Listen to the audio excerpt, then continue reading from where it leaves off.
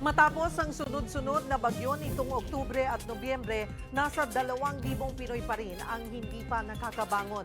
Kaya naman tuloy-tuloy ang dating ng tulong sa kanila, kabilang na ng United Nations. Para bigyan ng mukha ang balita, Mobile Journal, Francis Orso. 21,000.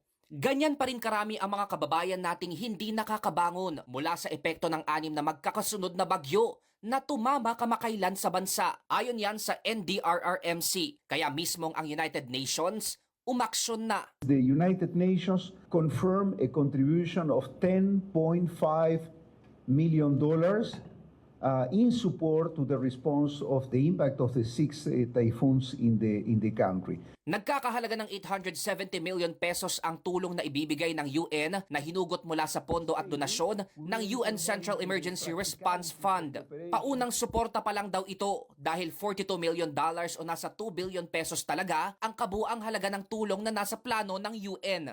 Bukod dyan, isa pa sa mga pakay nila ay ang pagpapatibay ng ugnayan sa gobyerno para mas maging handa sa mga susunod pang sakuna. We see now the government that is introducing this concept of anticipatory action. It means investing in preparedness, in early warning, but at the same time we are protecting some critical assets, from fisher folks in the agricultural sectors.